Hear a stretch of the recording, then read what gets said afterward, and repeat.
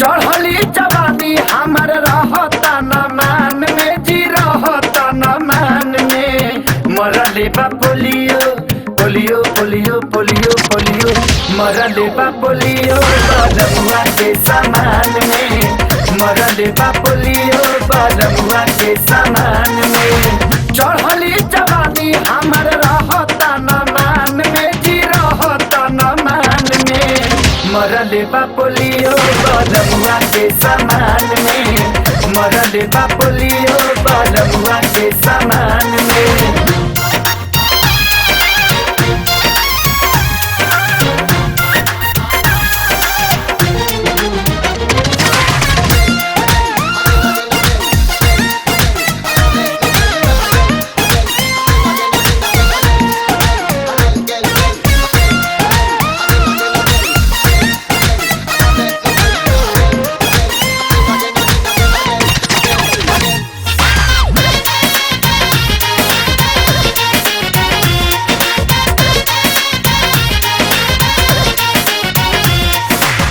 कहियो न से जिया पकड़ेला रगड़ा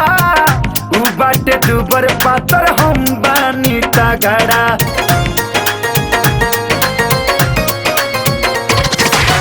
कहियो न से जिया पकड़ेला रगड़ा उ बाटे दुबर पातर हम बानी तगड़ा भाटता छेना हमारा दूध के दुकान में छेना हमरा दूध के दुकान में जी दूध के दुकान में मरले बा polio polio polio polio polio मरले बा पोलियो बलमुआ के सामान में मरले बा पोलियो बलमुआ के सामान में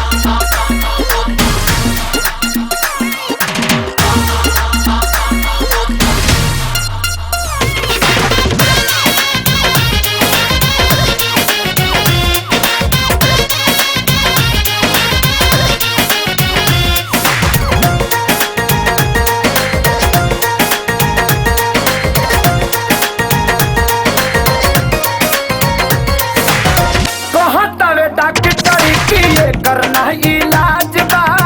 ई त लड़ी कहीं से कैले ढेर रियाज बा हाँ हाँ हाँ कहतावे डॉक्टर की ये करना इलाज बा ई त लड़ी कहीं से कैले ढेर रियाज बा जो बना छिलाइल बा रगड़ले बानी छान में छिलाइल बारा करले पानी छान में वो करले पानी छान में मरले वाला कावा हाय हाय हाय हाय हाय हाय हाय हाय मरले वाला कावा बलमुआ के सामान में